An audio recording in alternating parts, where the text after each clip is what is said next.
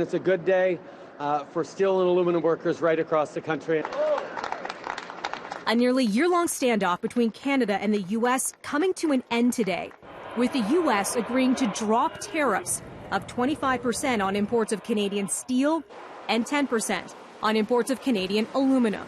And in return, Canada will yank retaliatory measures it imposed on U.S. goods like beef and bourbon. This is just pure good news for Canadians, for families, as they head into that long weekend right across the country, whether it's in Saskatchewan, in Sault Ste. Marie, here in Hamilton, or in Saguenay, families or elsewhere, families will know that their jobs are a little more secure. Justin Trudeau making the announcement during an unscheduled last-minute trip to Hamilton, Canada's steel manufacturing capital, just hours after his latest phone call with Donald Trump, their third such talk in about a week. We have a great relationship with Canada and the Prime Minister. Donald Trump speaking at the very moment Trudeau was making his address. The U.S. president was on stage at a National Association of Realtors event in D.C., where he briefly touched on the tariff deal. We've just reached an agreement with Canada and Mexico, and we'll be selling our product into those countries without the imposition of tariffs or major tariffs. Big difference. Under the agreement, Canada and the U.S. are pledging to implement effective measures to prevent the importation of aluminum and steel that is unfairly subsidized and or sold at dumped prices. The deal is now expected to pave the way for the ratification of the newly revamped North American Trade Pact.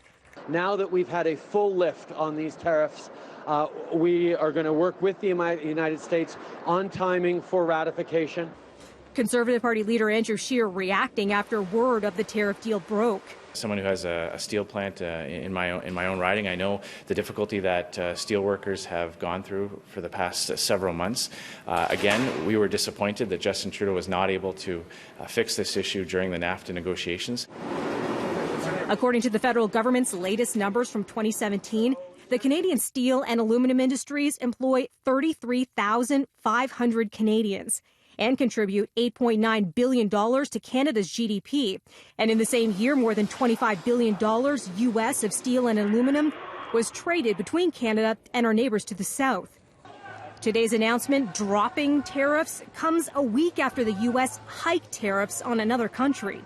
Last Friday, the latest round of talks between the U.S. and China fizzled without a deal, prompting the U.S. to increase tariffs on $200 billion of Chinese goods from 10% to 25%.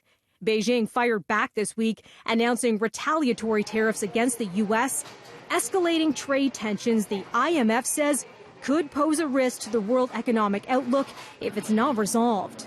Today's deal between Canada and the U.S. to scrap tariffs set to take effect in just a couple of days.